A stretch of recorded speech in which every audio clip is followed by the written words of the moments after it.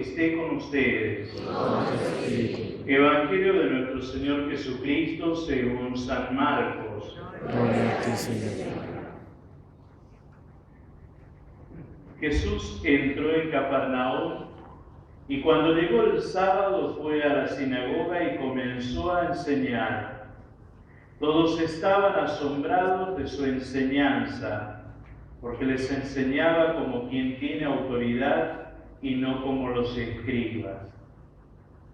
Y había en la sinagoga de ellos un hombre poseído de un espíritu impuro que comenzó a gritar: ¿qué quieres de nosotros, Jesús Nazareno? ¿Has venido para acabar con nosotros? Ya sé quién eres, el Santo de Dios. Pero Jesús lo increpó diciendo: cállate y sal de este hombre. El espíritu impuro lo sacudió violentamente y dando un alarido salió de ese hombre. Todos quedaron asombrados y se preguntaban unos a otros: ¿qué es esto? Enseña de una manera nueva, llena de autoridad, da órdenes a los espíritus impuros y estos le obedecen. Y su fama se extendió rápidamente por todas partes en toda la región de Galilea. Palabra del Señor. Gloria a ti, Señor Jesús.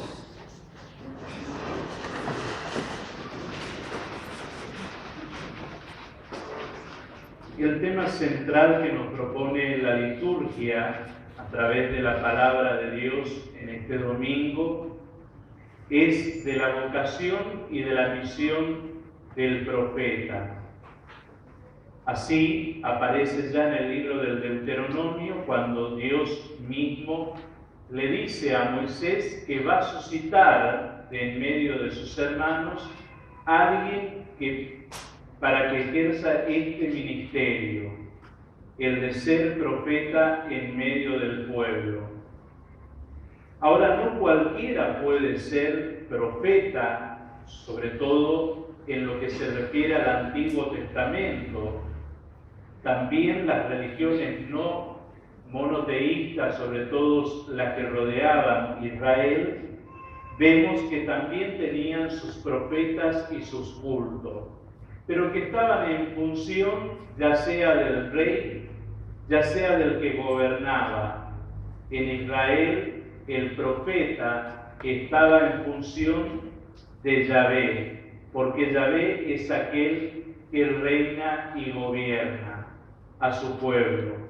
Por eso el profeta no tiene que comportarse o hablar de acuerdo a la voluntad del que gobierna de turno en el tiempo, sino que siempre tiene que ser fiel a la palabra de aquel que lo inspira y lo impulsa a anunciar su mensaje.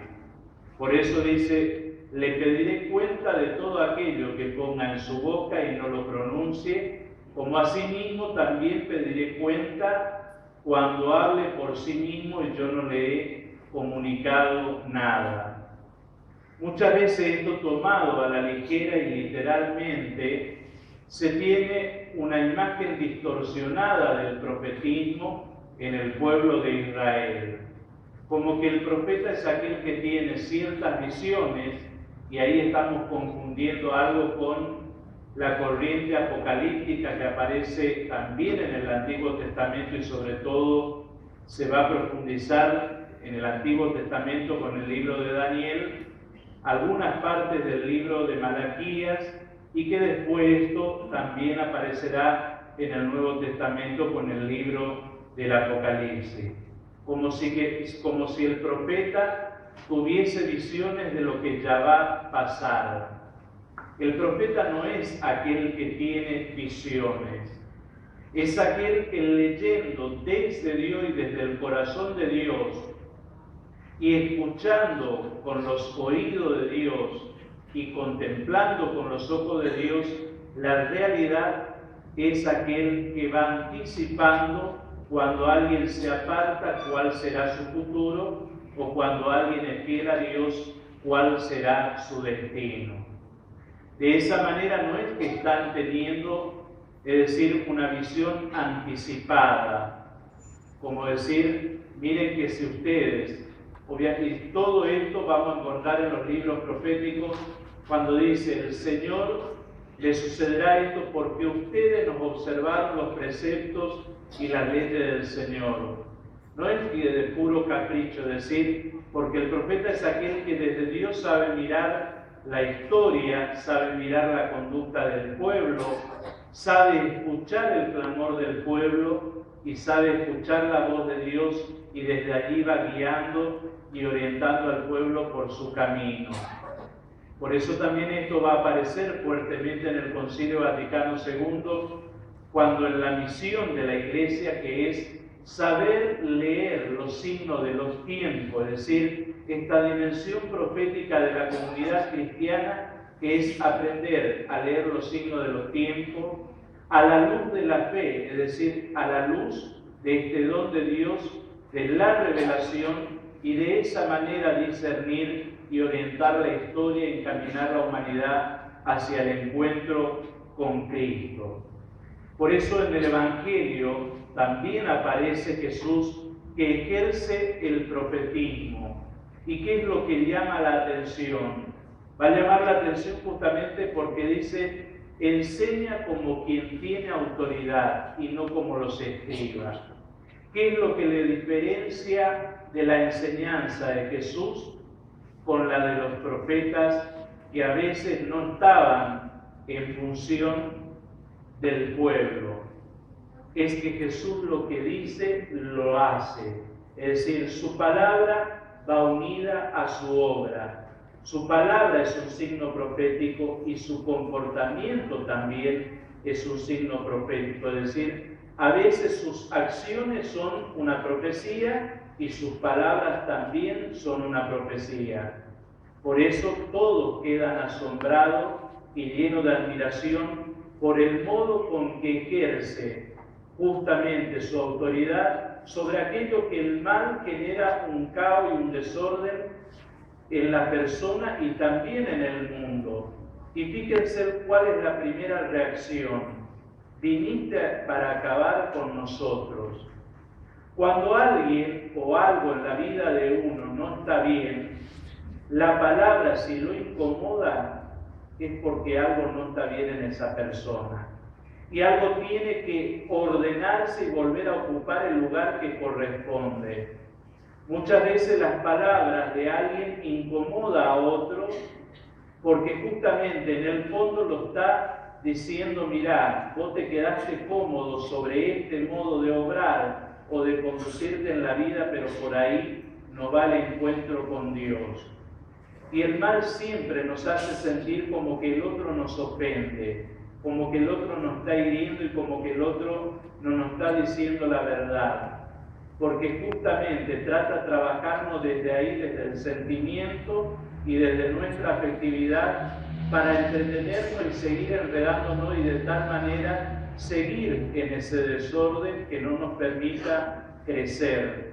Porque solamente cuando se va ordenando el aspecto afectivo, el aspecto interior de la persona, también la persona va creciendo y va madurando, y esa ordenación y control sobre los afectos y sentimientos hace que uno también tenga mayor disponibilidad hacia el servicio de Dios.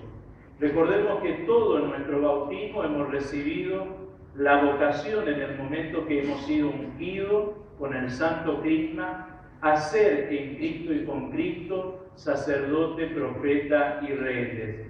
Por eso también la Iglesia, cuando tiene que definir alguna cuestión de fe, siempre va a prestar atención al sensu fide, es decir, el sentido común de la fe de todo el pueblo de Dios, porque justamente tiene clara conciencia de esta dimensión profética que el pueblo de Dios tiene que realizar y ejercerla en lo cotidiano de su vida. Pablo va a hablar sobre el tema de aquellos que se consagran al Señor. Y fíjense qué bueno recordar, porque muchas veces, si bien la Iglesia ha tomado el tema del celibato en la vida consagrada como una norma canónica, como una ley eclesiástica, esto no la desvincula de que ya fue una práctica y una tradición en la Escritura. Y por ende no es una disciplina que se la acepta desde afuera, sino que hay que verla como un don y una gracia que Dios da a aquel que llama a ponerse a su servicio. Y lo llama justamente para que tenga un corazón indiviso. Nadie puede servir a Dios y puede servir a un amante o a un amante. Es decir, el que se consagra a Dios tiene que estar su corazón puesto en Dios en favor de su pueblo. No siempre esto se da en la vida de uno y por eso uno necesita de la oración de todos para que aquel que ha sido llamado siempre se conserve en la unidad tanto de su afecto, de su persona y de toda su entrega al servicio del Señor. Y no quiere decir que aquellos que formaron familia están por debajo y son inferiores. En el lenguaje paulino uno tiene que tener mucho cuidado porque Pablo a veces tiene algunas expresiones que tomada aisladamente es como que la vida matrimonial está por debajo. Recordemos lo que nos enseña la Iglesia, tanto la vida como consagrada le anticipa a la vida matrimonial, a la vida de familia, lo que será su futuro en la eternidad. Que ya no se van a poseer el uno al otro, sino que la posesión y su heredad será solo Dios. Y el matrimonio en su fidelidad, la familia en su fidelidad, en su comunión y en su unión, en su sacrificio y en su entrega, también le enseña a la vida consagrada justamente que lo que ha renunciado no es en vano y no cae en el vacío. Por tanto, si una vida consagrada está opacada en su entrega, probablemente también el pueblo de Dios esté opacado en su camino para seguir al Señor. Pero también cuando el pueblo de Dios se opaca a sí mismo porque también no ejerce aquello que Dios ha derramado en su corazón para que lo ejercite, también la vida consagrada se va diluyendo y apagando. Es decir, mutuamente debemos atizar esa llama, ese fuego que hemos recibido justamente como vocación específica en la que tenemos que concretizar nuestra santidad, tanto lo que eligieron la familia como lo que hemos elegido la vida consagrada. No es que la mujer y el hombre estén divididos, aquellos que forman la familia, es que primero tienen que atender a las responsabilidades que asumieron ante Dios y tienen que aprender a ordenarla desde ahí justamente hacia Dios. Y vaya si la iglesia, si la familia no tiene una misión importante. La familia es esa pequeña iglesia en la que se tiene que ir acrecentando la fe, consolidar la oración y ejercitarse la caridad. Si en esa pequeña iglesia esos pastores que son papá y mamá, que son los esposos, no alientan ese don en los hijos, difícilmente esto pueda alentarse, enriquecer y embellecer a la comunidad cristiana y sobre todo a la sociedad.